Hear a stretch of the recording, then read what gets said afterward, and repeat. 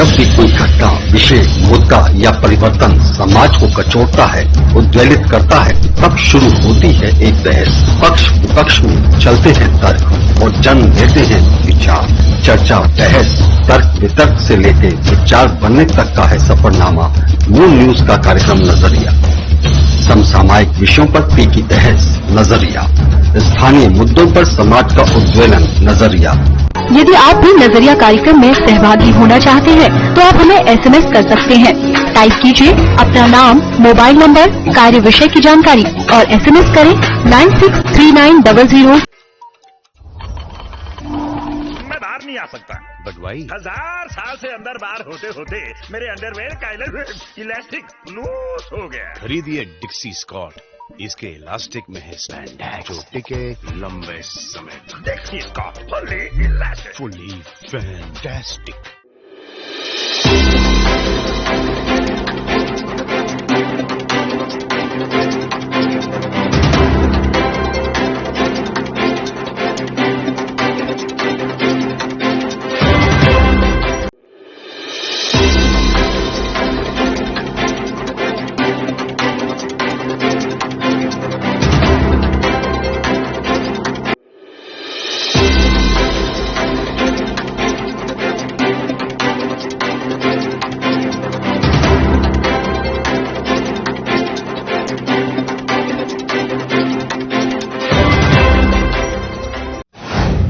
नमस्कार, आप देख रहे हैं मून प्राइम टाइम और मैं हूं आपके साथ आकांक्षा अग्रवाल। तो आइए अब रुक कर लेते हैं शहर की कुछ खास खबरों की ओर। Moon prime time sponsored by Torrent Power transforming life, Rainbow hospital, hope heal health happiness, global Rainbow health. लंबित पड़ी हुई मांगों को लेकर बैंक कर्मियों ने 2 दिवसीय हड़ताल कर किया धरना प्रदर्शन। मांगे न मानने पर उग्र आंदोलन की दी चेतावनी।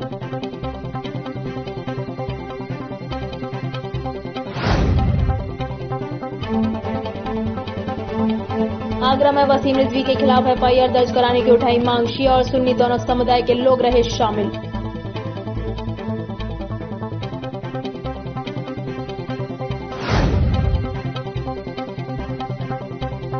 शूटर जिला मुख्यालय पर किया प्रदर्शन। शूटिंग रेंज की बदहाल व्यवस्था से है नाराज। प्रदर्शन में राष्ट्रीय अंतर्राष्ट्रीय निशानेबाज हुए शामिल। आगरा जिलाधिकारी को सौंपा ज्ञापन।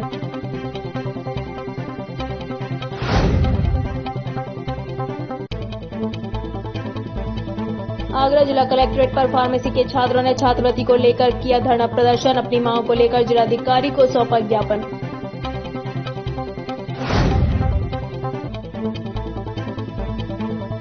आगरा के एतमादपुर थाना क्षेत्र में 5 वर्षीय बच्ची से दुष्कर्म का मामला आया सामने। पीड़िता मासूम को अस्पताल में कराया भर्ती। पुलिस ने आरोपी को किया गिरफ्तार।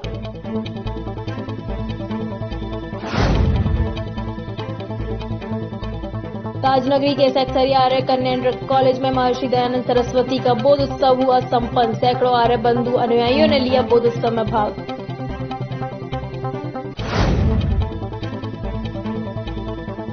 आशा बहु संघ ने किया आगरा जिला मुख्यालय पर धरना प्रदर्शन। सुभाष पार्क से 500 से अधिक आशा बहुओं ने किया पैदल मार्च।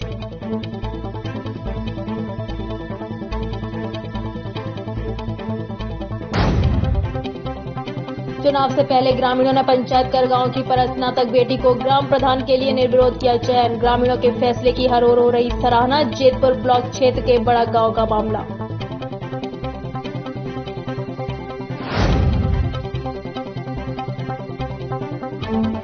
शादी की रस्मों के बीच दुल्हन ने शादी करने से किया इनकार। दूल्हा बाराती पहुंचे थाने। थानाबाद क्षेत्र के अंतर्गत विष्णुपुरा गांव का मामला।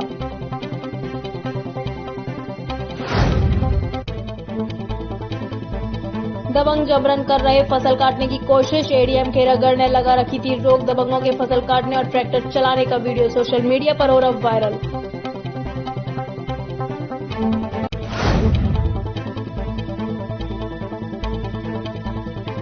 ऑटो और ट्रैक्टर की आमने सामने हुई भिड़ंत। 4 यात्री हुए घायल। फिरोजाबाद शिकोहाबाद के सुभाष चौराहे का मामला।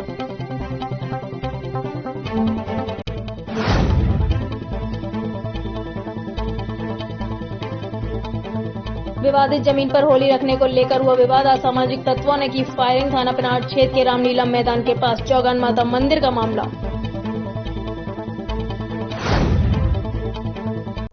उत्तर प्रदेश आशा बहु संघ जनपद शाखा आगरा द्वारा जिला अध्यक्ष पप्पी धनगर के नेतृत्व में सोमवार को आशा एवं संगनी बहनों की लंबित समस्याओं को लेकर सीएमओ आगरा को स्मरण ज्ञापन दिया और सुभाष पार्क से पैदल मार्च करते हुए लगभग 500 आशा एवं संगनी जिलाधिकारी आगरा को ज्ञापन देने कलेक्ट्रेट पहुंचे।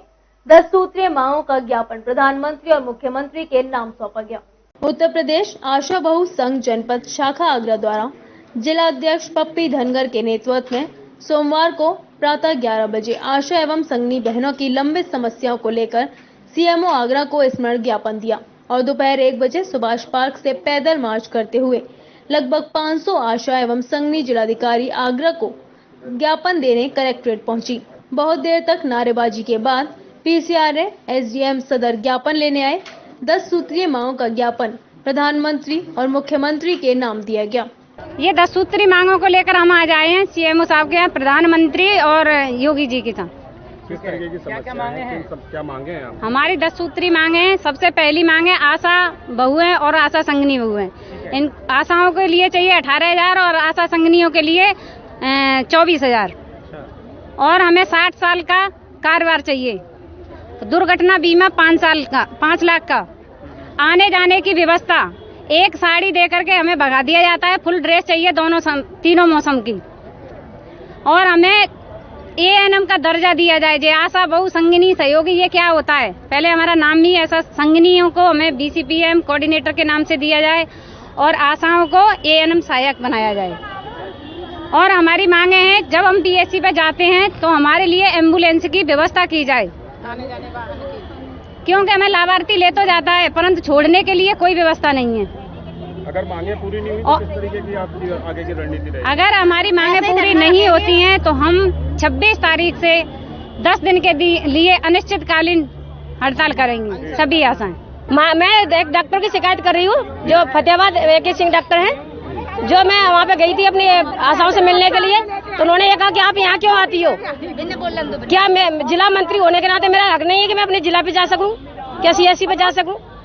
और मेरे बदतमीजी से मुझसे बात की उसने। किस तरीके की बदतमीजी की आपने? वो यहाँ से जाइए यहाँ से, और ये मेरी बिना परमिशन के तुम यहाँ क्यों आ गई हो? परमिशन लेनी पड़ेगी। मैं ये सोचती हूँ, मेरी आशा है कि पप्पी नाम है उसका और उसको धमकी दी जा रही है। हमें भी बराबर अधिकार मिलना चाहिए। रीढ़ की हड्डी है आशा पप्पी, जो उसको धमकी दी जा रही है, अगर वो यूनियन के साथ रहेगी तो उसको मतलब निकाल दिया जाएगा, उसका पैसा नहीं गिरेगा।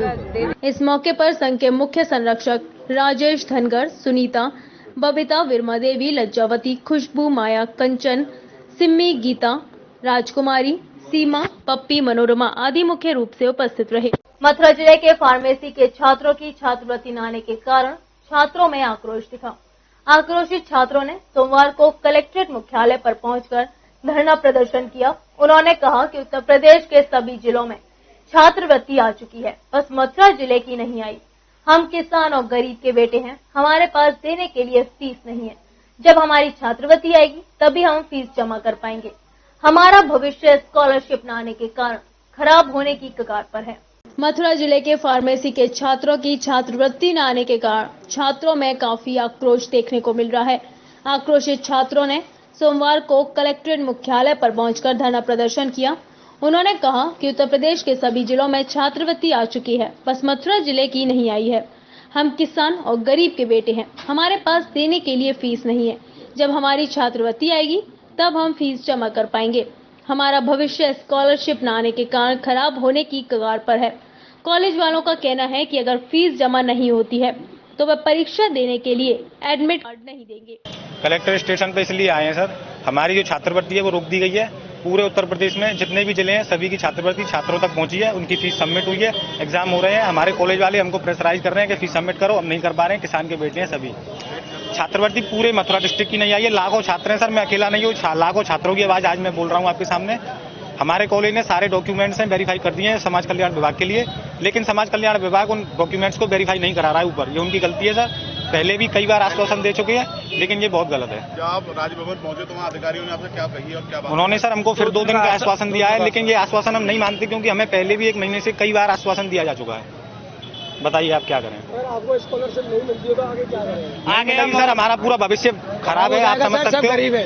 हमारे एडमिट कार्ड नहीं मिलेगा, पेपर नहीं होंगे, बताइए हम क्या करें? लास्ट ईयर है सर, फर्स्ट ईयर की सबमिट छात्रवृत्ति आई थी, हमने फीस सबमिट करी, एग्जाम हुए। आज कम लोग हैं और आगे से भी अभी लास्ट ईयर है सर, पूरे 2 साल चौपट हो जाएंगे हमारे। आप बताइए हमारा भविष्य खराब होगा। मैं अकेला नहीं हूँ सर, लाखों छात्र हैं पूरे मथुरा डिस्ट्रिक्ट में। सभी छात्रों ने सत्र 2020-21 में छात्रवृत्ति के लिए आवेदन किया हुआ है और अब इनकी लॉगिन आईडी में जो इनका फॉर्म है आवेदन का वो पेंडिंग दिखा रहा है यहीं पर। यानी कॉलेज वालों ने तो फॉरवर्ड कर दिया है, लेकिन जो जिले की कमेटी को उसको ऊपर फॉरवर्ड करना होता है, वो जिले की कमेटी उसको ऊपर फॉरवर्ड नहीं कर रही है। अब जब तक ये उसको फॉरवर्ड नहीं करेंगे, जिले की कमेटी उसको ऊपर फॉरवर्ड नहीं करेगी, तब तक इन लोगों की छात्रवृत्ति नहीं आएगी।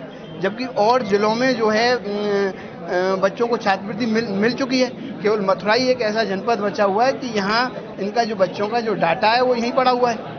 इन्होंने एक पत्र जो है, हम एसोसिएशन से हैं, प्राइवेट आईटी के एक एसोसिएशन है, हम लोगों को भी दिया है कि साहब हमारा जो फार्म है वो अभी तक पेंडिंग पड़ा हुआ है, पोर्टल में ऊपर नहीं जा रहा है और कॉलेज वाले जो है इनसे फीस मांग रहे हैं। फार्मेसी के छात्रों ने कहा कि छात्रवृत्ति के लिए कॉलेज वालों ने छात्रवृत्ति के फॉर्म जमा कर दिए हैं। जब तक समाज कल्याण विभाग उनको आगे फॉरवर्ड नहीं करेगा तब तक छात्रवृत्ति नहीं आएगी। हम गरीब छात्रवृत्ति के बिना अपनी फीस जमा नहीं कर पाएंगे। छात्रवृत्ति न आने में कहीं न कहीं समाज कल्याण विभाग की बड़ी लापरवाही देखने को मिली है। बैंकों के निजीकरण के विरोध में देश भर के साथ आगरा में भी बैंक कर्मचारियों ने 2 दिन की हड़ताल का आह्वान किया हुआ था। इस हड़ताल के बीच कर्मचारियों ने अपने अपने बैंकों के सामने बैठ धरना प्रदर्शन कर सरकार के इस कदम का पुरजोर विरोध किया। बैंक कर्मियों का कहना था अभी तो केवल उन्होंने सांकेतिक तौर पर सरकार को चेतावनी दी है। अगर सरकार ने अपना अड़ियल रुख नहीं बदला तो इसे लेकर पूरे देश में उग्र प्रदर्शन होगा। बैंकों के निजीकरण के विरोध में देश भर के साथ आगरा में भी बैंक कर्मचारियों ने 2 दिन की हड़ताल का आह्वान किया हुआ था। इस हड़ताल के बीच कर्मचारियों ने अपने अपने बैंकों के सामने बैठ धरना प्रदर्शन कर सरकार के इस कदम का पुरजोर विरोध किया। बैंक कर्मियों का कहना था कि अभी तक केवल उन्होंने सांकेतिक तौर पर सरकार को चेतावनी भर दी है। अगर सरकार ने अपना अड़ियल रुख नहीं बदला तो इसे लेकर पूरे देश में उग्र प्रदर्शन होगा। बता दें, बैंक कर्मी लगातार बैंकों के निजीकरण का विरोध कर रहे हैं।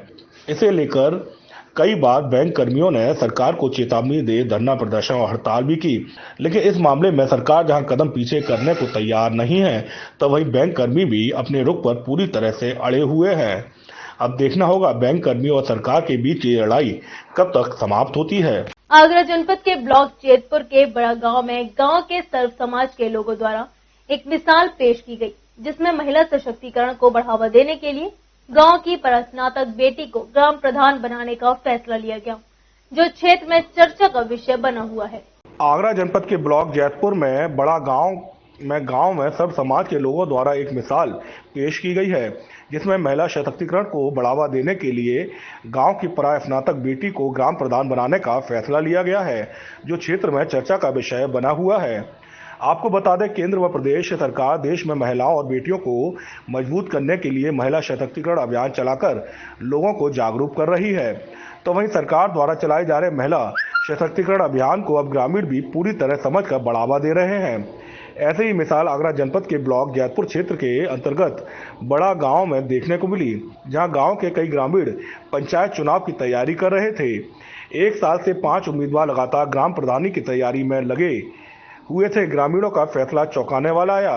रविवार को गांव के हनुमान मंदिर पर ग्राम प्रधान के चुनाव के लिए एक पंचायत ग्रामीणों की आयोजित की गई, जिसमें दर्जनों की संख्या में ग्राम पंचायत के सर्व समाज के ग्रामीण एकत्रित हुए। पंचायत में सर्व समाज की सम्मति से गांव के ही किसान किलेदार की बेटी सरला सिंह गुर्जर को निर्विरोध ग्राम प्रधान बनाने व सभी के चुनावी मैदान में हटने का फैसला लिया गया, जिससे गांव की पढ़ी लिखी बेटी ग्राम प्रधान बने, जिस पर सभी ने रजामंदी जताई और गांव की तरक्की के लिए फैसला लिया गया। ग्रामीणों के फैसले की चर्चा महापनाहाट जैतपुर के साथ आसपास के क्षेत्रों में भी हो रही है। सारी चीजें चूंकि मैं गांव में रही हूं तो लोगों को देख रही थी, तो मुझे वही एक प्रेरणा मिली कि मतलब अगर मैं पढ़ी लिखी हूँ तो मुझे इसमें पार्टिसिपेट करना चाहिए और मेरे माध्यम से जितना भी एक हो पाएगा मैं पूरा करने की कोशिश करूंगी। और दूसरे आने वाले प्रधान को एक तो प्रधान चुनने की प्रक्रिया चेंज हुई है, लोग शिक्षित को ही तवज्जो देंगे, क्योंकि लोगों को लगता है कि जैसे हुआ ही नहीं तो ये चीजें कुछ होती ही नहीं है। पर हम प्रयास करेंगे कि योजनाएं इम्प्लीमेंट हो उन पे और एक लकीर बने जिस पे लोगों को लगे कि हाँ ये इतना कुछ हो सकता है, फिर अगला आएगा वो थोड़ा और आगे ले जाएगा और ऐसी एक अच्छी प्रक्रिया शुरू होगी। जाग के बारे में ये है कि मतलब हम तो चाह रहे हैं, मतलब इसी वजह से हमने मतलब पंचायत जोड़ के और भी पंचायत जोड़ के इसी वजह से हमने वो लड़की मतलब चुनी है। और जो खर्चा होगा तो वो खर्चा गवर्नमेंट हमको दे, मतलब तो हम अपनी ग्राम समाज में लगाएं और उससे मतलब कोई वो उन्नति करें।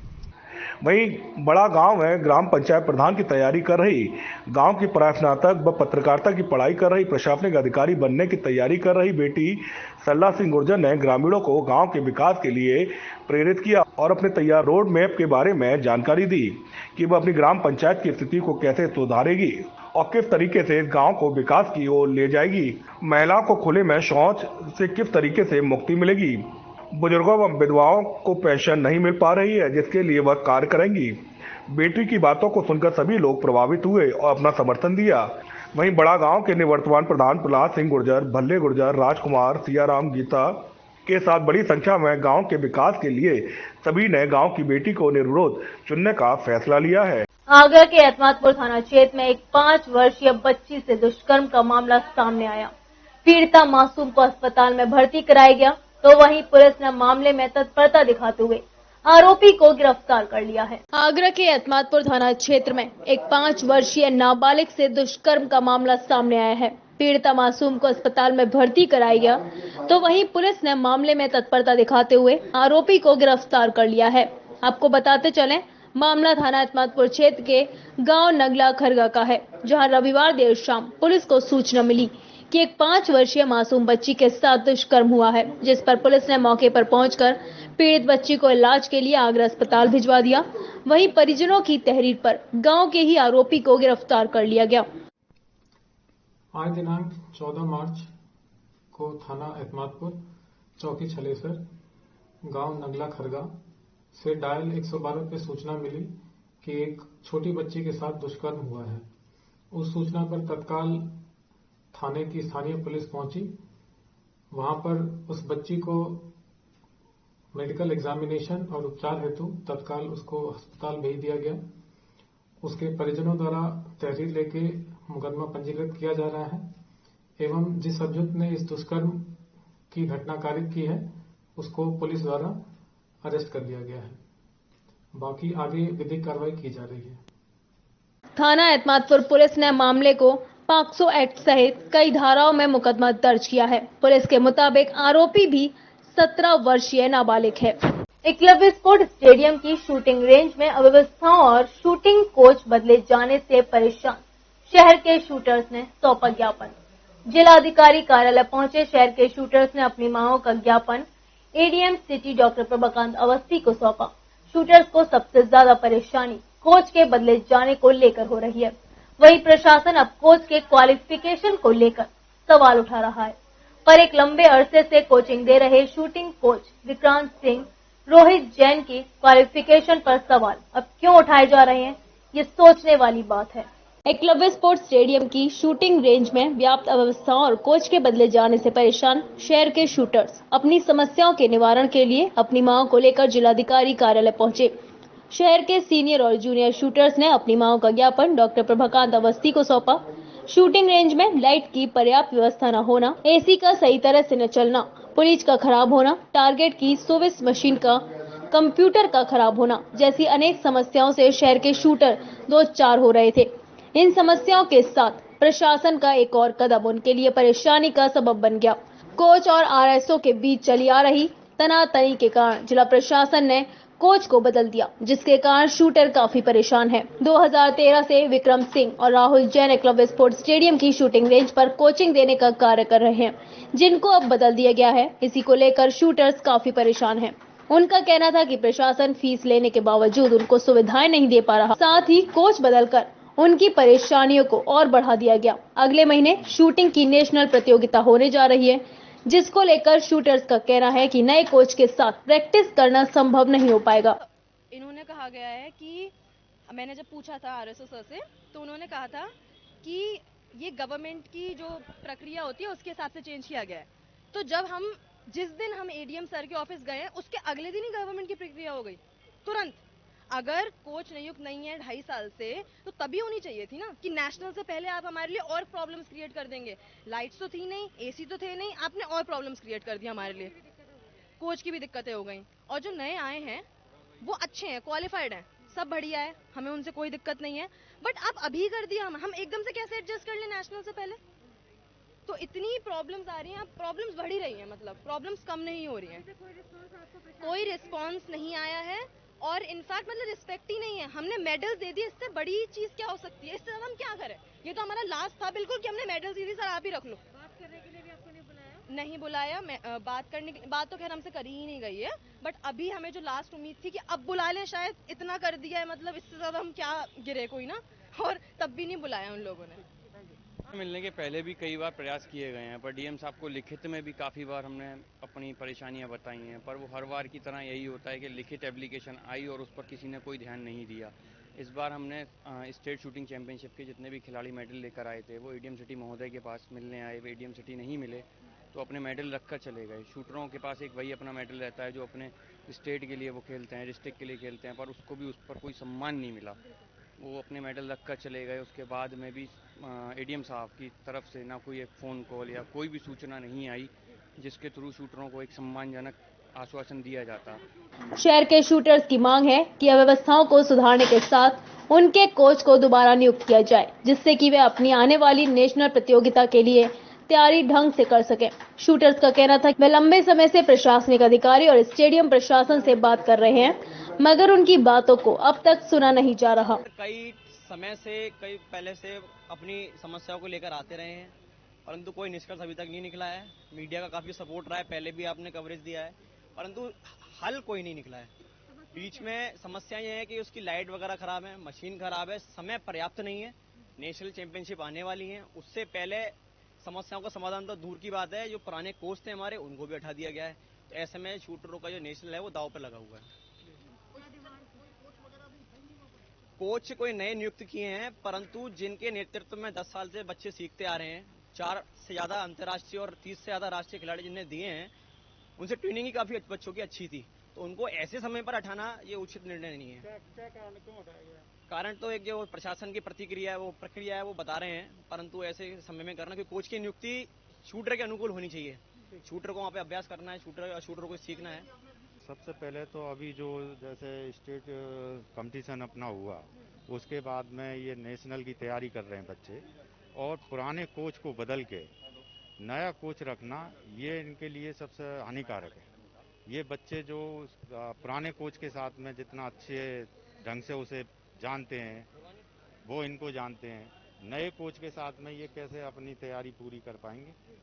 और दूसरी व्यवस्थाएं जो खराब हैं, लाइट की है, एसी की है, ये सब दिक्कतें हैं। इसके लिए पहले भी मांग रखी थी, वो अभी तक भी पूरी नहीं हो पाई है। एडीएम सिटी प्रभाकांत अवस्थी को ज्ञापन देने पहुंचे शूटर्स को एडीएम सिटी ने समस्याओं का हल करने का आश्वासन दिया, मगर पूर्व कोचों की वापसी को लेकर एडीएम सिटी ने पूरी तरह से नकार दिया। एडीएम सिटी का कहना था कि उनको नहीं बुलाया जाएगा। विगत कई दिनों से, कई महीनों से जब से कोरोना था तब तक इनकी शूटिंग रेंज बंद थी। इनका जो है नियमित कोई कोच नहीं था, सांसद से कोच की जो है मांग की गई है, और जब तक सांसद से कोई कोच नहीं आ रहा इनका शूटिंग का, तब तक यहाँ पर सिलेक्शन किया गया। 1 तारीख को हिमांशु का जो है कोच उनका सिलेक्शन हो गया, और वो 15 तारीख से आज से वो अपने शूटिंग इन बच्चों को सिखाने की काम शुरू करेंगे। इस बीच में इनका जो ज्ञापन दिया गया व्यवस्थाओं को लेकर के, तो व्यवस्था जो है जब शूटिंग के बच्चे आएंगे तो उनकी व्यवस्था भी जो है कराई जाएगी। नहीं, कोच कोई परमानेंट राइफल क्लब से या जो है शूटिंग रेंज की तरफ से कोच नहीं रखे गए थे। ये सिखाने की कार्रवाई की जाती थी इनकी तरफ से, और सिखाते थे लोग।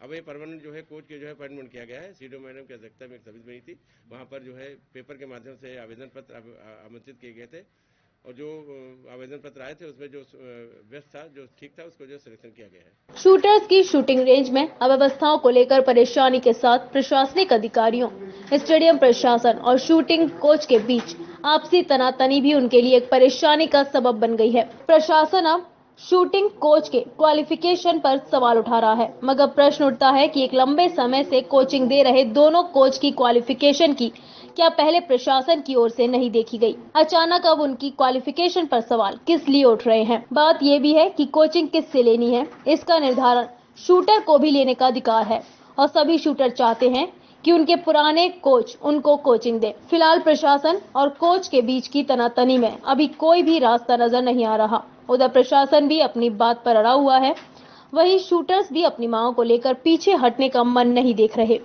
देखना होगा कि शूटर्स की परेशानियों का हल कब और किस तरह से हो पाता है। वसीम रिजवी के खिलाफ लगातार प्रदर्शन बढ़ता ही जा रहा है। पूरे प्रदेश में जगह जगह वसीम रिजवी के खिलाफ प्रदर्शन हो रहे हैं और आगरा में भी वसीम रिजवी के खिलाफ प्रदर्शन हुआ। वसीम रिजवी के खिलाफ एफआईआर दर्ज कराने के लिए तहरीर दी गई। वसीम रिजवी ने कुरान शरीफ से कुछ आयतें हटाने के लिए सुप्रीम कोर्ट में याचिका दाखिल की है। इसलिए शिया और सुन्नी दोनों समुदाय वसीम रिजवी के खिलाफ खड़े हो गए हैं। वसीम रिजवी के खिलाफ लगातार प्रदर्शन बढ़ता ही जा रहा है। पूरे प्रदेश में जगह जगह वसीम रिजवी के खिलाफ प्रदर्शन हो रहा है और आगरा में भी प्रदर्शन देखने को मिला। आगरा में वसीम रिजवी के खिलाफ प्रदर्शन हुआ। वसीम रिजवी के खिलाफ एफआईआर दर्ज कराने के लिए तहरीर दी गई। इसके अलावा वसीम रिजवी के फोटो को जमीन पर डालकर लातें मारी गईं। हालांकि इस प्रदर्शन में बहुत कम लोग शामिल थे, लेकिन शिया और सुन्नी समुदाय के दोनों लोग शामिल हुए। दरअसल वसीम रिजवी ने कुरान शरीफ से कुछ आयतें हटाने के लिए सुप्रीम कोर्ट में याचिका दाखिल की है। इसलिए शिया और सुन्नी दोनों समुदाय वसीम रिजवी के खिलाफ खड़े हुए हैं। आज आगरा एसएसपी साहब से जो आपको संज्ञान पहले से हो गई कि 11 तारीख को शिया वक्फ बोर्ड के पूर्व चेयरमैन वसीम रिजवी ने सुप्रीम कोर्ट में याचिका दाखिल करी थी, जिसमें कहा गया था कलाम मजीद कुरान शरीफ से 26 आयतों को डिलीट कर दिया गया। ये उनकी ओछी मानसिकता का सत्य है। ऐसा वो अच्छी तरह जानते हैं कि कलाम मजीद के अंदर एक नुक्ता भी इधर से उधर नहीं हो सकता। 26 आयतें तो बहुत दूर की बात है। और ऐसा करने पर क्योंकि हिंदू मुसलमान सब यहाँ इतिहास से रहते हैं, शिया सुन्नी सब इतिहास से रहते हैं, उन्होंने माहौल ख़राब करने का काम किया है। उसी को लेकर के हमने आज कप्तान साहब को एक अपनी तरफ से शिकायती प्रार्थना पत्र दिया है कि उनके खिलाफ एफआईआर दर्ज की जाए। एफआईआर दर्ज करके उनका कानूनी कार्रवाई की जाए। कप्तान साहब ने आश्वासन दिया है इसमें कि 1 हफ्ते बाद जब वहाँ से PIL खारिज हो जाएगी उसके बाद हम इसके अंदर मुकदमा कायम कर पाएंगे, क्योंकि मामला अभी सुप्रीम कोर्ट में विचाराधीन है। इसलिए हम अभी इसमें एफआईआर के ऑर्डर नहीं कर सकते। अगर यहाँ से भी हमें रिलीफ नहीं मिला तो हम अदालत का दरवाजा खटखटाएंगे, 1 नंबर 3 में आदेश कराएंगे, लेकिन मुकदमा कायम करा करके आगरे का और देश का माहौल खराब नहीं होने देंगे। कुरान की 26 आयतों को हटाने के लिए सुप्रीम कोर्ट जाने के बाद शिया वक्फ बोर्ड के चेयरमैन वसीम रिजवी के खिलाफ मुस्लिम समाज में भारी आक्रोश नजर आ रहा है। सोमवार को आगरा के जिला मुख्यालय पर मुस्लिम समुदाय के लोगों ने वसीम रिजवी के पोस्टरों को पैरों तले रौंदा और एसएसपी आगरा को ज्ञापन देकर वसीम रिजवी के खिलाफ सख्त धाराओं में मुकदमा दर्ज कर कार्रवाई की मांग की। कोरोना काल में स्कूली बच्चों को शिक्षा मुहैया कराए जाने के लिए शुरुआती दौर से ही विभिन्न क्रियाकलापों को लागू किया गया था, ताकि स्कूली बच्चों तक शिक्षा मुहैया कराई जा सके। इसी क्रम में कम अपोजिट विद्यालय टेढ़ी बगिया में academic resource person Sunil Shakya और करण सिंह धाकड़ के मार्गदर्शन में शिक्षा चौपाल का आयोजन किया गया। कोरोना काल में स्कूली बच्चों को शिक्षा मुहैया कराए जाने के लिए शुरुआती दौर से ही विभिन्न क्रियाकलापों को लागू किया गया था, ताकि स्कूली बच्चों तक शिक्षा मुहैया कराई जा सके। इसी क्रम में कंपोजिट विद्यालय टेढ़ी बगिया में academic resource person Sunil Shakya और करण सिंह धाकड़ के मार्गदर्शन में शिक्षा चौपाल का आयोजन किया गया। शिक्षा चौपाल में कुसुमगौर, सोनिया चंद्रपाल, गौतम मोहम्मद एवं समस्त स्टाफ प्रबंधन समिति के सदस्य के साथ साथ बच्चों के अभिभावक उपस्थित रहे। शिक्षा चौपाल में मिशन योजना टीम द्वारा कोरोना काल में किस तरह से बच्चों तक शिक्षा उपलब्ध कराई गई, इन सभी पर चर्चा की गई। मैं सुनील कुमार ERP साइंस नगर से और आज संभूत विद्यालय टेढ़ी बगिया में एक शिक्षा चौपाल का कार्यक्रम आयोजित किया गया, ज्ञानोत्सव का कार्यक्रम आयोजित किया गया, जिसमें जो विद्यालय की अभिभावक सदस्य और महिला सदस्य पुरुष सदस्यों द्वारा भाग लिया गया और इन सब तरीके से। और इसमें हमारे साथी करण सिंह धाकड़ जी द्वारा, मोहम्मद सयार जी द्वारा, चंद्रपाल गौतम जी द्वारा, हेमंत करदम जी द्वारा एवं विद्यालय के प्रधानाध्यापिका कुसुम गौड़ मैडम द्वारा सभी अभिभावक सदस्यों को बताया गया कि जो कोविड पीरियड में बच्चों का जो ह्रास हुआ है शिक्षा का, उसको पूरा करने के लिए 100 दिन का समृद्ध कार्यक्रम विद्यालय में चलाया जा रहा है, जो ज्ञानोत्सव के रूप में हम लोग आज बना रहे हैं। और ये 100 दिन का ज्ञानोत्सव, प्रेरणा ज्ञानोत्सव कार्यक्रम विद्यालय के छात्रों को उनकी मुख्य धारा से लेकर के मुख्यधारा में लेकर के आएगा और ये कार्यक्रम बहुत ही महत्वपूर्ण है। इसलिए सभी अभिभावक सदस्य अपने बच्चों को नियमित विद्यालय भेजें और शिक्षा पर ध्यान दें। और बताया गया कि शिक्षा ही जीवन को सुधार सकती है, शिक्षा से ही उनका जीवन स्तर बदल सकता है। और इसमें सभी अभिभावक सदस्यों ने बहुत ही उत्साहपूर्वक प्रतिभाग किया और चर्चा पर चर्चा हुई। मैं कर्ण सिंह धाकड़, गणित। आज संबोधित विद्यालय टेढ़ी बगिया में ज्ञानोत्सव कार्यक्रम और शिक्षा चौपाल का आयोजन हुआ है। राज्य सरकार के निर्देश के अनुसार प्रत्येक विद्यालय में कोविड-19 के डर को दूर करने के लिए सभी सरकारी स्कूलों में ज्ञानोत्सव 100 दिन का कार्यक्रम मनाया जा रहा है। इसमें बच्चों का डर दूर करने के लिए विद्यालय के अंदर मेले का स्वरूप, उत्सव का स्वरूप दिया जा रहा है, जहां पर बच्चों को टीका लगाकर और इनके तापमान को नापकर, सैनिटाइज कराकर और बड़ी हंसी खुशी के साथ, गतिविधियों के साथ शिक्षा का माहौल उत्पन्न किया जा रहा है। माता पिताओं को शिक्षा के प्रति जागरूक किया जा रहा है। चौपालों का आयोजन किया जा रहा है, जिससे माता पिता कोरोना का डर दूर करते हुए बच्चों को प्रतिदिन विद्यालय भेजें और शिक्षा के प्रति जागरूक हों। मिशन प्रेरणा टीम के सदस्यों की माने तो कोरोना काल में व्हाट्सएप समूह बनाकर ई पाठशाला का संचालन किया गया था। ई पाठशाला फेज 2 में विद्यालय में अभिभावकों को बुलाकर बच्चों के लिए कार्य दिए गए थे। दीक्षा एप्लीकेशन, रीड अलोंग एप्लीकेशन को अभिभावकों के फोन में डाउनलोड करवाकर बच्चों को इस एप्लीकेशन के माध्यम से अध्ययन हेतु प्रेरित किया गया था। मिशन प्रेरणा के तहत प्रेरणा लक्ष्य, प्रेरणा सूची, प्रेरणा तालिका पर भी चर्चा की गई। प्रत्येक माह नियमित रूप से विद्यालय प्रबंध समिति की बैठक का आयोजन पर चर्चा होना, बच्चों के पढ़ने के कौशल विकास के लिए पुस्तकालय, रीडिंग कॉर्नर स्थापना, बच्चों को खोलना गाइडलाइन के अनुसार विद्यालय भेजना और अंत में विद्यालय के समस्त स्टाफ को प्रेरणा शपथ ग्रहण करवाना मुख्य उद्देश्य था। थाना बाढ़ क्षेत्र के अंतर्गत गांव विष्णुपुरा में कानपुर नगर से बारात लेकर पहुंचा दूल्हा। शादी की रस्मों के बीच दुल्हन ने 7 फेरे लेने से इनकार कर दिया, जिससे घरातियों और बारातियों में हड़कंप मच गया। दूल्हा और परिजन बारातियों के साथ थाने पहुंचे और कार्रवाई की मांग की है। पुलिस ने पूरे मामले की जांच का आश्वासन दिया है। थाना बाहा क्षेत्र के अंतर्गत गांव विष्णुपुरा में कानपुर नगर से बारात लेकर पहुंचा दूल्हा। शादी की रस्मों के बीच दुल्हन ने 7 फेरे लेने से इनकार कर दिया, जिससे घरात व बारातियों में हड़कंप मच गया। दूल्हा व परिजन बारातियों के साथ थाने पहुंचे और कार्रवाई की मांग की गई। पुलिस पूरे मामले की जाँच कर रही है। बता दें, कानपुर नगर के गाँव भगवतपुर निवासी जयप्रकाश पुत्र जयराम के कुछ दिनों पूर्व बाहा थाना क्षेत्र के गांव विष्णुपुरा गांव के निवासी हाकिम की पुत्री से विवाद तय हुआ था। तय कार्यक्रम के मुताबिक दूल्हा जयप्रकाश अपने परिजनों व दर्जनों बारातियों के साथ गाड़ी घोड़ा, कपड़ा सामान, जेवरात लेकर दुल्हन से शादी रचाने के लिए रविवार शाम को विष्णुपुरा गांव पहुंचा। यहां शादी की रस्मों के बीच दूल्हे की घोड़चढ़ी कार्यक्रम बैंड बाजों के साथ बारातियों ने नाच गाने के बीच धूमधाम से हुआ।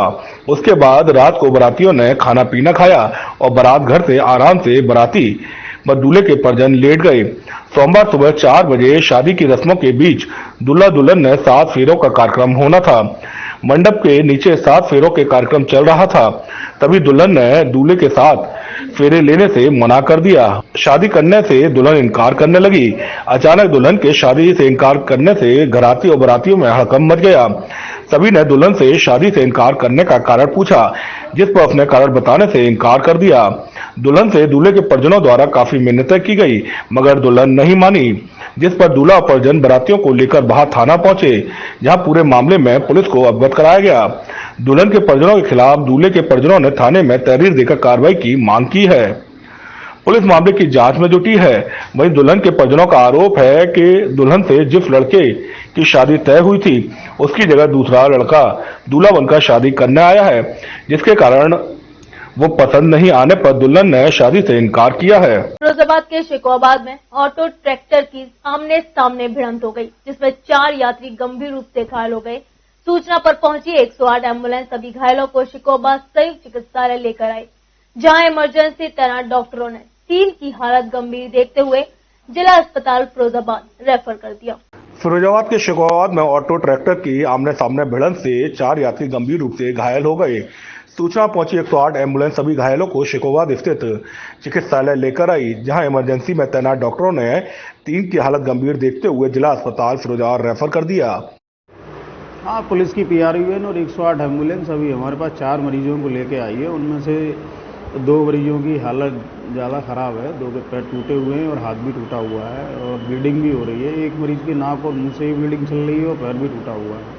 इन दोनों मरीजों को मैं फिरोजाबाद जिला अस्पताल की रेफ़र करूँगा। हम लोग इनका ट्रीटमेंट दे दे रहे हैं, रेफ़र बना के गाड़ी बुलवा के भेजेंगे। आपको बता दें, पूरा मामला फिरोजाबाद जनपद के थाना शिकोवा क्षेत्र के सुभाष चौराहे का है, जहां फिरोजाबाद से सवारियां लेकर एक ऑटो शिकोवात की तरफ जा रहा था। तभी एक ट्रैक्टर सुभाष चौराहे सर्विस रोड होता हुआ फिरोजाबाद की तरफ जाते समय ऑटो और ट्रैक्टर के आमने सामने भिड़ंत हो गई, जबकि अलग अलग थाना क्षेत्रों में 4 यात्री गंभीर रूप से घायल हो गए। जहां घायलों की चीख पुकार मच गई, वहीं सूचना पर पहुंची 108 एम्बुलेंस सभी घायलों को शिकोवा संयुक्त चिकित्सालय लाई, जहां इमरजेंसी में तैनात डॉक्टरों ने 3 की हालत गंभीर देखते हुए जिला अस्पताल फिरोजाबाद रेफर कर दिया। जिला आर्य प्रतिनिधि सभा आगरा द्वारा यमुना किनारा रोड स्थित केदारनाथ सेक्सरिया आर्य कन्या इंटर कॉलेज में महर्षि दयानंद बौद्ध उत्सव का आयोजन भव्यता के साथ संपन्न हुआ। इस दौरान विश्व विख्यात आर्य उपदेशक आचार्य आर्य नरेश ने महर्षि दयानंद सरस्वती के जीवन पर प्रकाश डाला। इस दौरान संगीत में भजनों की प्रस्तुतियां हुई। जिला आर्य प्रतिनिधि सभा आगरा द्वारा यमुना किनारा रोड स्थित केदारनाथ सेक्सरिया आर्य कन्या इंटर कॉलेज में महर्षि दयानंद बौद्ध उत्सव का आयोजन भव्यता के साथ संपन्न हुआ। महर्षि दयानंद सरस्वती के बौद्ध उत्सव पर बेलनगंज यमुना किनारा रोड स्थित सेक्सरिया आर्य इंटर कॉलेज सभागार में संगीत में भजनों की प्रस्तुति हुई। बौद्ध उत्सव में बतौर मुख्य अतिथि विश्व विख्यात आर्य उपदेश आचार्य आर्य नरेश ने अपने ओजस्वी वचनों से सभी आर्य को ज्ञान की रोशनी में स्नान कराया।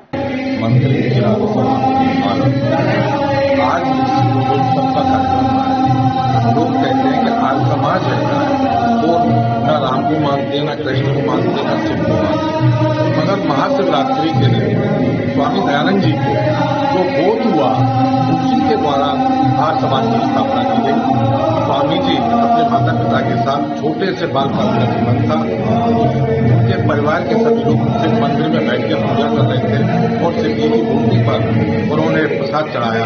तो रात को स्वामी दयानंद जी ने देखा कि छुआ बार बार आ रहा है और ऊपर से शिव की मूर्ति पे से वो छुआ प्रसाद को ले जाता है। ये सच्चे शिव ने उसी दिन उन्होंने दृढ़ निश्चय कर लिया कि मैं सच्चे शिव की खोज करूंगा और सच्चे शिव को पाकर के ही रहूंगा। इसीलिए उन्होंने दयानंद जी ने और वृंदावन में आए, मथुरा में आए थे और ब्रजानंद जी के से शिक्षा ली। तब से वो आर्य समाज की स्थापना की। आर्य समाज नायकी मंडी और आर्य वीर दल का जनपद का संचालक भी हूँ। ये कार्यक्रम महर्षि दयानंद के जीवन में जो घटना हुई वो उनको बोध हुआ उस विषय को लेकर है और हमारे बीच में आर्य जगत के प्रसिद्ध विद्वान आर्य नरेश जी जो हिमाचल प्रदेश में रहते हैं वो बीच में हमारे पधारे हुए हैं। पूरी दुनिया में उनका एक सम्मान है, नाम है। आज के दिन हम लोगों ने हमारी जो आर्य कवित्री है श्रीमती शांति नागर जी 90 साल की है, आज भी पूरी तरह से योगा वगैरह करती हैं और उनकी बहुत सारी पुस्तकें आपने देखी होंगी, छप चुकी। उनको आगरा में बहुत सारे सम्मान मिले। आज उनको आर्य जगत का एक बहुत बड़ा सम्मान जिसे आर्य रत्न बोला गया है, वो आर्य रत्न सम्मान इसी कार्यक्रम में थोड़ी सी देर में प्रदान होगा। इस कार्यक्रम को करने में आगरा के समस्त आर्य समाजों का सहयोग, हमारे जिले के जितने भी समाज हैं, चाहे वो जैतमालपुर रहा हो, फतेहाबाद रहा हो, जरार रहा हो, शमशाबाद रहा हो, फरेरा, फतेहाबाद वगैरह इत्यादि वहाँ से लोग आए हुए, जंगलेर से आए, मतलब पूरे गिरावली कार्यक्रम का उद्देश्य मैं यही है कि आज हम पाकिस्तान में जितने ज्यादा घुस चुके थे, ऋषि दयानंद ने आकर के गुरु ब्रजानंद ने उनसे एक ही बात की कि बेटा हमारा देश बिल्कुल पाखंड में घुसा हुआ है, तुमने मेरी जो शिक्षा पाई है उसका मैं तुमसे यही। इस दौरान आर्य समाज की स्थापना से लेकर महर्षि दयानंद सरस्वती द्वारा विश्व कल्याण के लिए किए गए नारी शिक्षा, विधवा पुनर्विवाह, अंधविश्वास, रूढ़िवादी विचारों के उन्मूलन, हिंदी भाषा राष्ट्रवाद समेत डीएवी आंदोलन के बारे में आचार्य आर्य नरेश ने आर्य बंधुओं को जानकारी दी। मथुरा में श्री प्रजापति समाज सेवा समिति के तत्वाधान में सामूहिक विवाह का आयोजन रामलीला ग्राउंड महाविद्या कॉलोनी में किया गया, जिसमें 11 नवयुगल जोड़ों की शादी कराकर वहां मौजूद लोगों ने आशीर्वाद दिया और उनके उज्जवल भविष्य की कामना की। विगत वर्षों की भांति श्री प्रजापति समाज सेवा समिति मथुरा के तत्वाधान में प्रजापति समाज के 26 विशाल सामूहिक विवाह का आयोजन रामलीला ग्राउंड महाविद्या कॉलोनी पर संपन्न हुआ। इसमें आसपास के विभिन्न प्रांतों से आए 11 नवयुगल जोड़ों का सामूहिक विवाह प्रजापति समाज द्वारा कराया गया। विभिन्न प्रांतों से आए नवयुगल जोड़ों को परिणय सूत्र में बांधा गया और वहां मौजूद लोगों ने उन्हें आशीर्वाद देकर उनके उज्जवल भविष्य की कामना की। समिति के पदाधिकारी राम कुमार गोला ने बताया कि विगत 26 वर्षों से हमारी समिति सामूहिक विवाह कराकर दहेज रूपी कलंक को मिटाने के लिए सामूहिक विवाह की ओर समाज को अग्रसर करने के लिए अपना उद्बोधन कर रही है। कार्यक्रम की सफलता में समिति के संरक्षक शिवराम प्रजापति, चरण सिंह प्रजापति, बाबूलाल गोला, केशव प्रसाद भोलाराम, लाल चौधरी, विष्णुदत्त गोला, सुरेश चंद, हुकुम सिंह आदि मुख्य रूप से उपस्थित रहे। इस बुलेटिन में फिलहाल इतना ही। अगली बुलेटिन में फिर होगी आपसे मुलाकात। शहर से जुड़ी हर छोटी बड़ी खबर के लिए देखते रहिए मून न्यूज और मुझे दीजिए इजाजत। नमस्कार।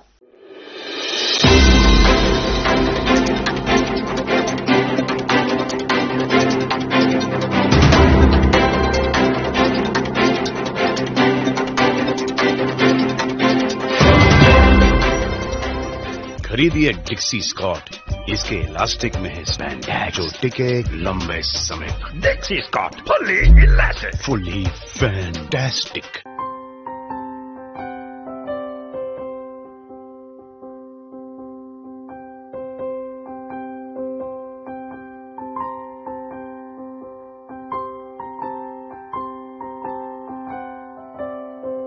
जब भी कोई घटना, विषय, मुद्दा या परिवर्तन समाज को कचोटता है, उद्वेलित करता है, तब शुरू होती है एक बहस। पक्ष विपक्ष में चलते हैं तर्क और जन्म लेते हैं विचार। चर्चा, बहस, तर्क वितर्क से लेकर विचार बनने तक का है सफरनामा मून न्यूज का कार्यक्रम नजरिया। समसामयिक विषयों पर तीखी बहस, नजरिया। स्थानीय मुद्दों पर समाज का उद्वेलन, नजरिया। यदि आप भी नजरिया कार्यक्रम में सहभागी होना चाहते हैं तो आप हमें SMS कर सकते हैं। टाइप कीजिए अपना नाम, मोबाइल नंबर, कार्य विषय की जानकारी और SMS करें 963900। मैं बाहर नहीं आ सकता। But why? 1000 साल से अंदर बाहर होते होते मेरे अंडरवेयर का इलास्टिक लूज हो गया। खरीदिए डिक्सी स्कॉट, इसके इलास्टिक में है स्पैंडेक्स जो टिके लंबे समय तक। Dixcy Scott fully elastic, fully fantastic.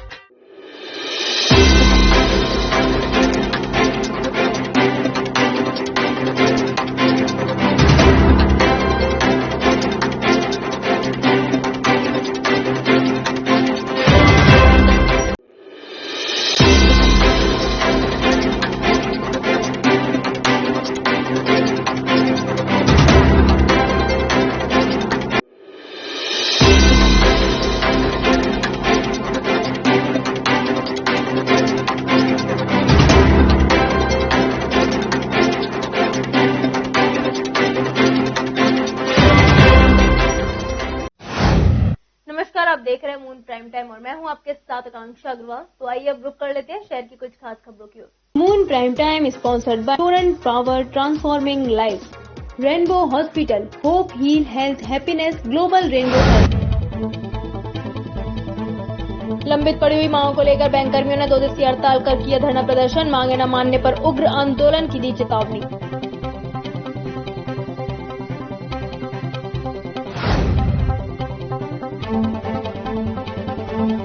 Agra में वसीम रिजवी के खिलाफ FIR दर्ज कराने की उठाई मांग। शिया और सुन्नी दोनों समुदाय के लोग रहे शामिल।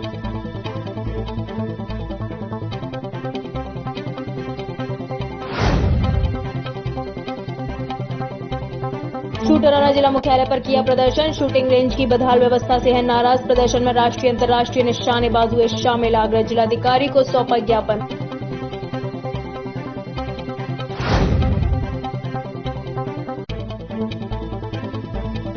आगरा जिला कलेक्ट्रेट पर फार्मेसी के छात्रों ने छात्रवृत्ति को लेकर किया धरना प्रदर्शन। अपनी मांगों को लेकर जिलाधिकारी को सौंपा ज्ञापन।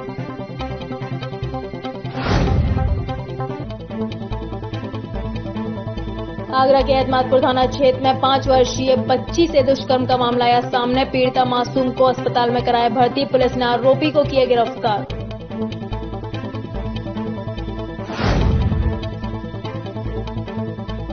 ताजनगरी के सेक्सरिया आर्य कन्या इंटर कॉलेज में महर्षि दयानंद सरस्वती का बोध उत्सव हुआ संपन्न। सैकड़ों आर्य बंधु अनुयायियों ने लिया बोध उत्सव में भाग।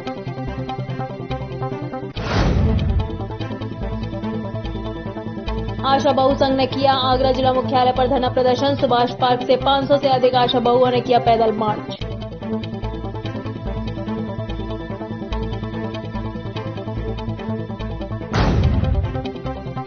चुनाव से पहले ग्रामीणों ने पंचायत कर गांव की परस्नातक बेटी को ग्राम प्रधान के लिए निर्विरोध किया चयन। ग्रामीणों के फैसले की हर ओर हो रही सराहना। जेतपुर ब्लॉक क्षेत्र के बड़ा गांव का मामला।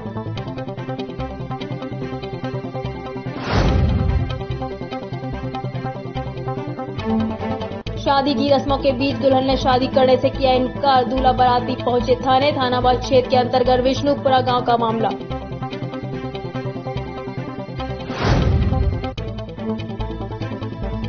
दबंग जबरन कर रहे फसल काटने की कोशिश। एडीएम खेरागढ़ ने लगा रखी थी रोक। दबंगों के फसल काटने और ट्रैक्टर चलाने का वीडियो सोशल मीडिया पर हो रहा वायरल।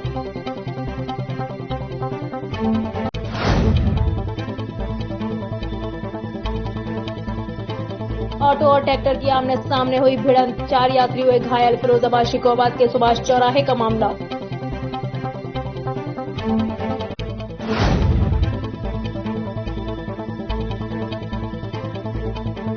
विवादित जमीन पर होली रखने को लेकर हुआ विवाद। असामाजिक तत्वों ने की फायरिंग। थाना पनाट क्षेत्र के रामलीला मैदान के पास चौगान माता मंदिर का मामला।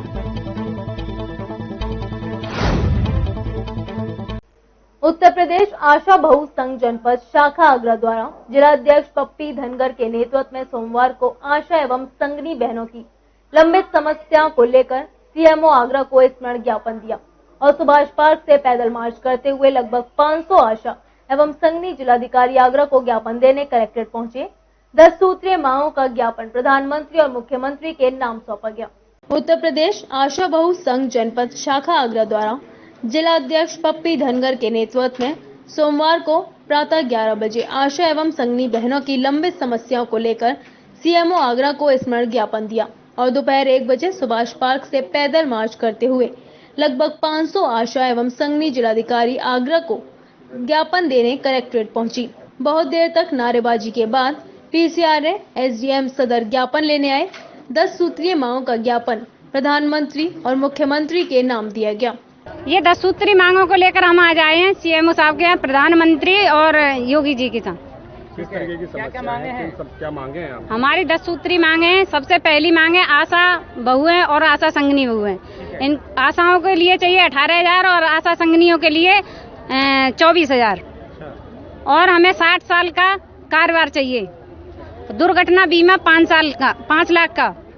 आने जाने की व्यवस्था, एक साड़ी दे करके हमें भगा दिया जाता है। फुल ड्रेस चाहिए तीनों मौसम की और हमें एएनएम का दर्जा दिया जाए। जे आशा बहु संगनी सहयोगी, ये क्या होता है? पहले हमारा नाम ही ऐसा, संगनियों को हमें बीसीपीएम कोऑर्डिनेटर के नाम से दिया जाए और आशाओं को एएनएम सहायक बनाया जाए।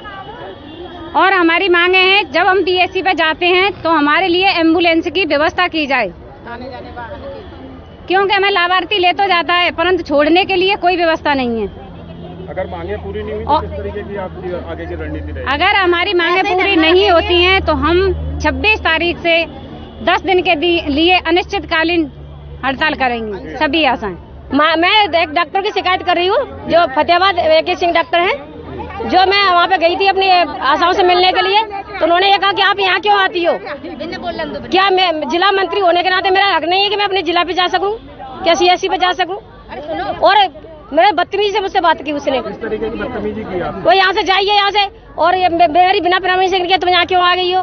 परमिशन लेनी पड़ेगी। मैं ये सोचती हूँ, मेरी आशा है कि पप्पी नाम है उसका और उसको धमकी दी जा रही है। हमें भी बराबर अधिकार मिलना चाहिए। रीढ़ की हड्डी है आशा पप्पी, जो उसको धमकी दी जा रही है, अगर वो यूनियन के साथ रहेगी तो उसको मतलब निकाल दिया जाएगा, उसका पैसा नहीं गिरेगा। इस मौके पर संघ के मुख्य संरक्षक राजेश धनगर, सुनीता, बबीता, विरमा देवी, लज्जावती, खुशबू, माया, कंचन, सिम्मी, गीता, राजकुमारी, सीमा, पप्पी, मनोरमा आदि मुख्य रूप से उपस्थित रहे। मथुरा जिले के फार्मेसी के छात्रों की छात्रवृत्ति न आने के कारण छात्रों में आक्रोश दिखा। आक्रोशित छात्रों ने सोमवार को कलेक्ट्रेट मुख्यालय पर पहुंचकर धरना प्रदर्शन किया। उन्होंने कहा कि उत्तर प्रदेश के सभी जिलों में छात्रवृत्ति आ चुकी है, बस मथुरा जिले की नहीं आई। हम किसान और गरीब के बेटे हैं, हमारे पास देने के लिए फीस नहीं है। जब हमारी छात्रवृत्ति आएगी तभी हम फीस जमा कर पाएंगे। हमारा भविष्य स्कॉलरशिप न आने के कारण खराब होने की कगार पर है।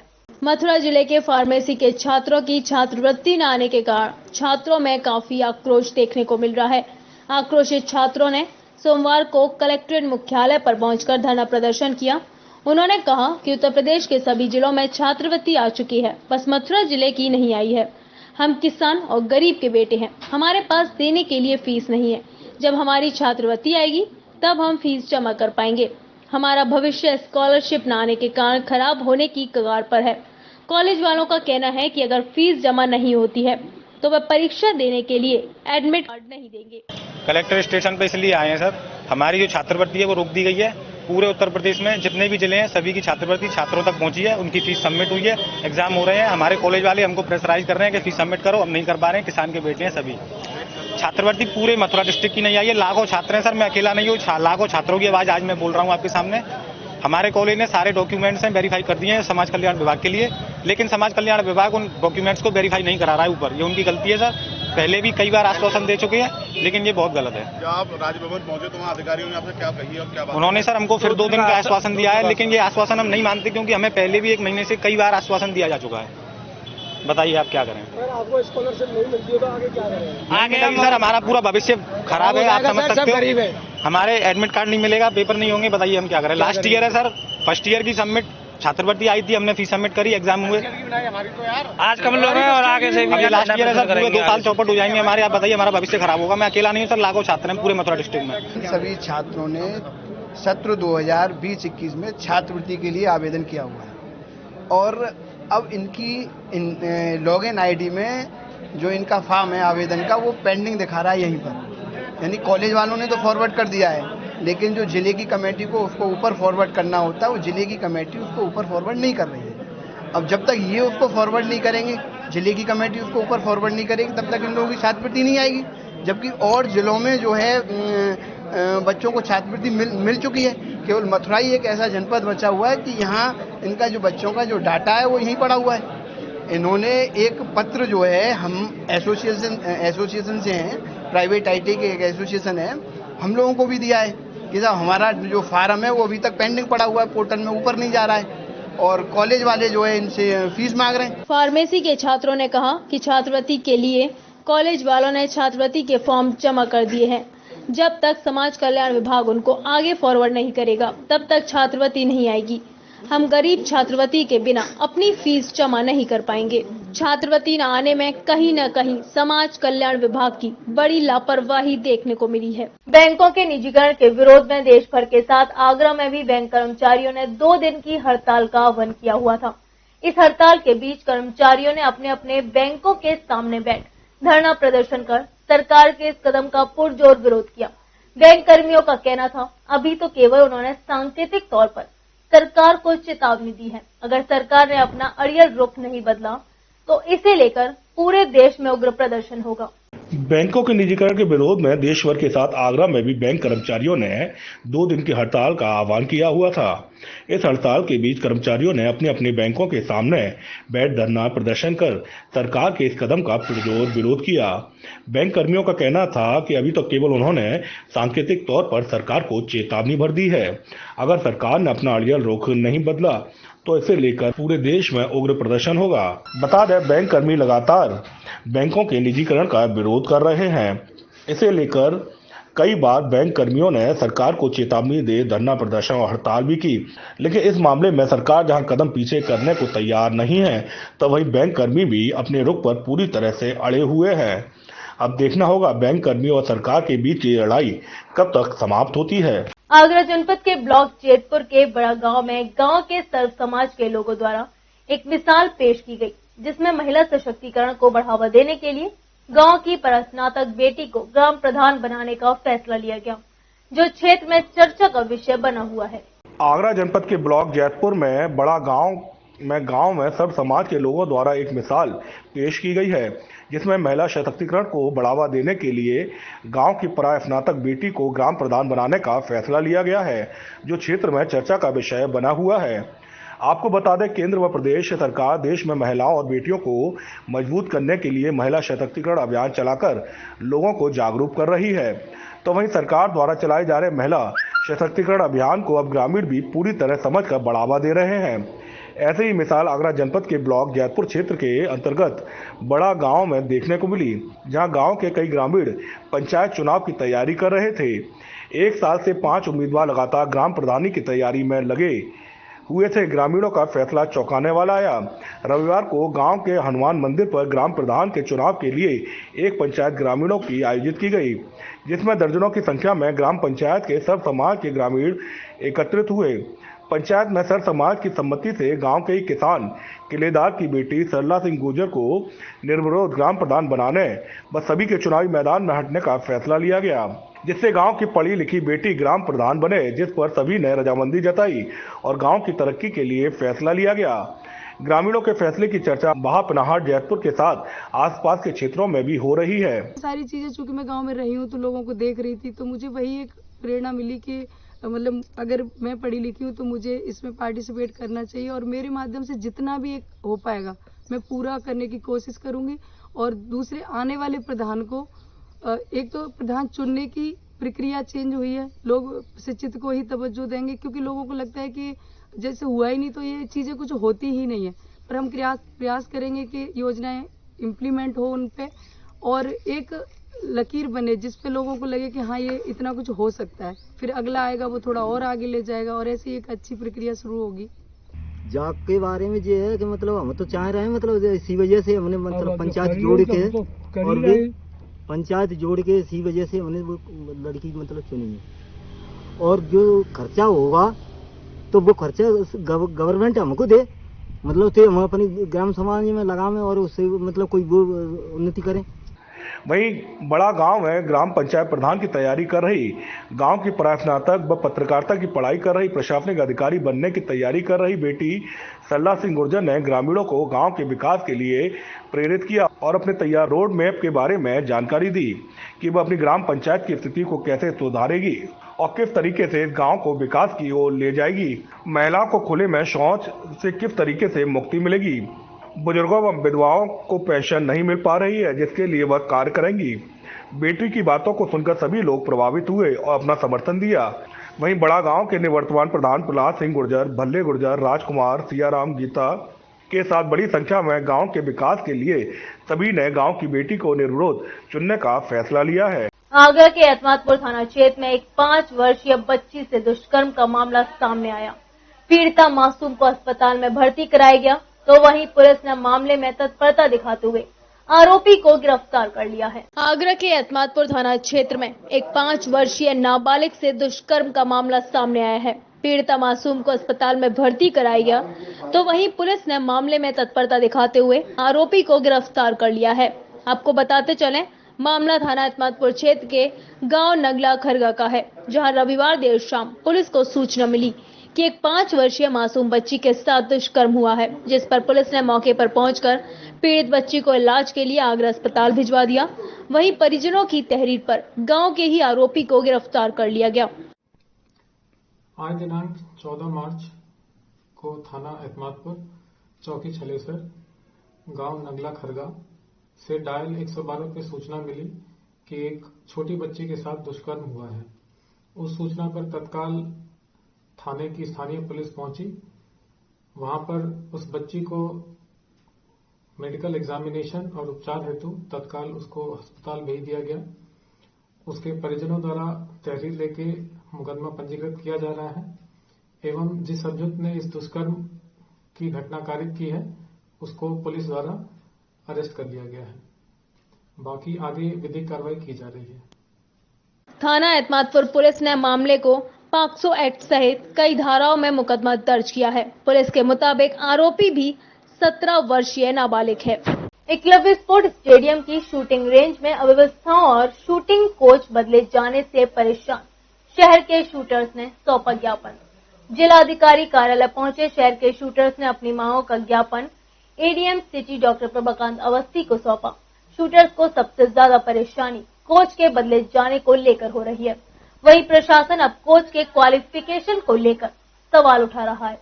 पर एक लंबे अरसे से कोचिंग दे रहे शूटिंग कोच विक्रांत सिंह, रोहित जैन की क्वालिफिकेशन पर सवाल अब क्यों उठाए जा रहे हैं, ये सोचने वाली बात है।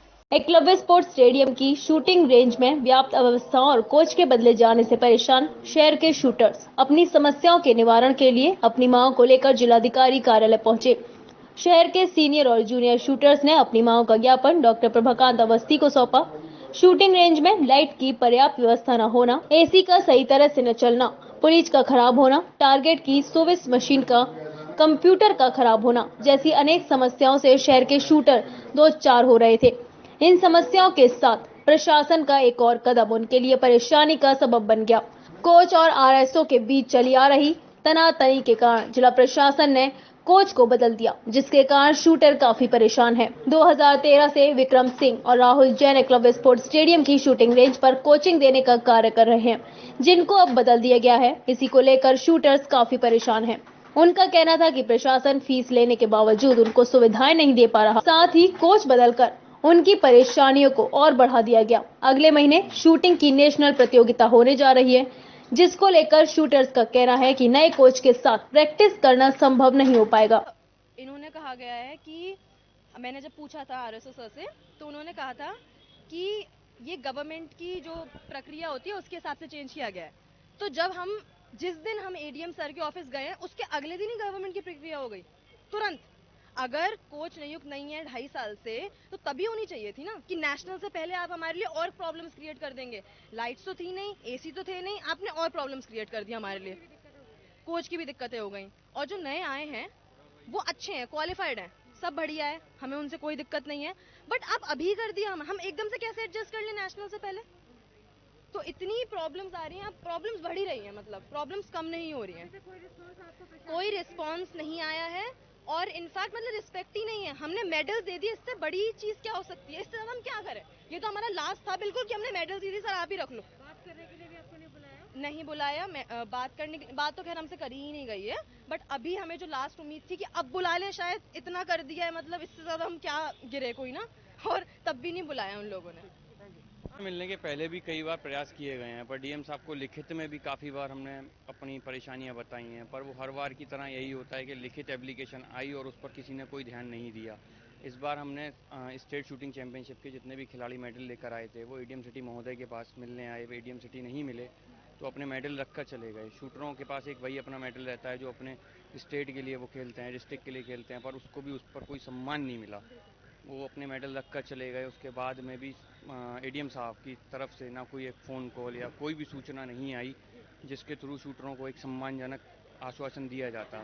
शहर के शूटर्स की मांग है कि अव्यवस्थाओं को सुधारने के साथ उनके कोच को दोबारा नियुक्त किया जाए, जिससे कि वे अपनी आने वाली नेशनल प्रतियोगिता के लिए तैयारी ढंग से कर सके। शूटर्स का कहना था कि वे लंबे समय से प्रशासनिक अधिकारी और स्टेडियम प्रशासन से बात कर रहे हैं, मगर उनकी बातों को अब तक सुना नहीं जा रहा। कई पहले से अपनी समस्याओं को लेकर आते रहे हैं, परंतु कोई निष्कर्ष अभी तक नहीं निकला है। मीडिया का काफी सपोर्ट रहा है, पहले भी आपने कवरेज दिया है, परंतु हल कोई नहीं निकला है। बीच में समस्या ये है कि उसकी लाइट वगैरह खराब है, मशीन खराब है, समय पर्याप्त नहीं है। नेशनल चैंपियनशिप आने वाली है, उससे पहले समस्याओं का समाधान तो दूर की बात है, जो पुराने कोच थे हमारे उनको भी हटा दिया गया है। तो ऐसे में शूटरों का जो नेशनल है वो दांव पर लगा हुआ है।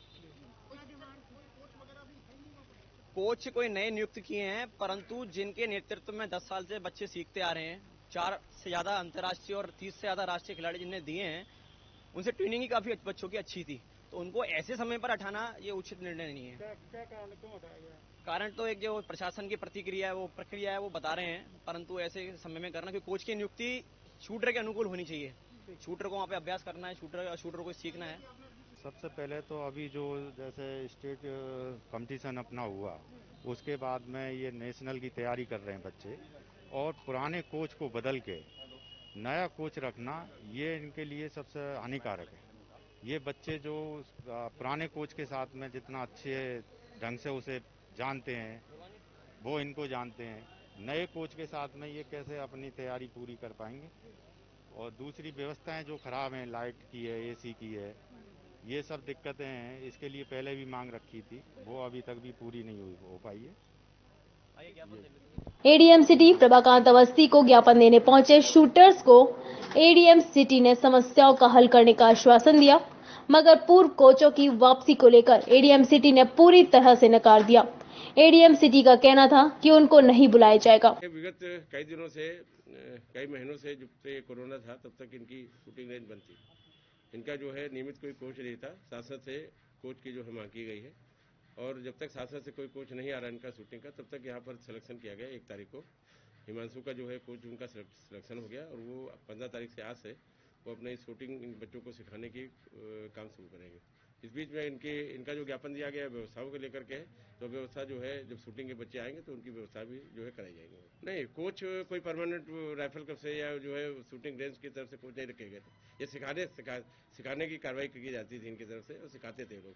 अब ये परमानेंट जो है कोच के जो है अपॉइंटमेंट किया गया है। सीडीओ मैडम की अध्यक्षता में एक समिति बनी थी, वहाँ पर जो है पेपर के माध्यम से आवेदन पत्र आमंत्रित किए गए थे और जो आवेदन पत्र आए थे उसमें जो बेस्ट था, जो ठीक था, उसको जो सिलेक्शन किया गया है। शूटर्स की शूटिंग रेंज में अव्यवस्थाओं को लेकर परेशानी के साथ प्रशासनिक अधिकारियों, स्टेडियम प्रशासन और शूटिंग कोच के बीच आपसी तनातनी भी उनके लिए एक परेशानी का सबब बन गई है। प्रशासन अब शूटिंग कोच के क्वालिफिकेशन पर सवाल उठा रहा है, मगर प्रश्न उठता है कि एक लंबे समय से कोचिंग दे रहे दोनों कोच की क्वालिफिकेशन की क्या पहले प्रशासन की ओर से नहीं देखी गई। अचानक अब उनकी क्वालिफिकेशन पर सवाल किस लिए उठ रहे हैं। बात ये भी है कि कोचिंग किससे लेनी है, इसका निर्धारण शूटर को भी लेने का अधिकार है और सभी शूटर चाहते हैं कि उनके पुराने कोच उनको कोचिंग दे। फिलहाल प्रशासन और कोच के बीच की तनातनी में अभी कोई भी रास्ता नजर नहीं आ रहा। उधर प्रशासन भी अपनी बात पर अड़ा हुआ है, वहीं शूटर्स भी अपनी मांगों को लेकर पीछे हटने का मन नहीं देख रहे।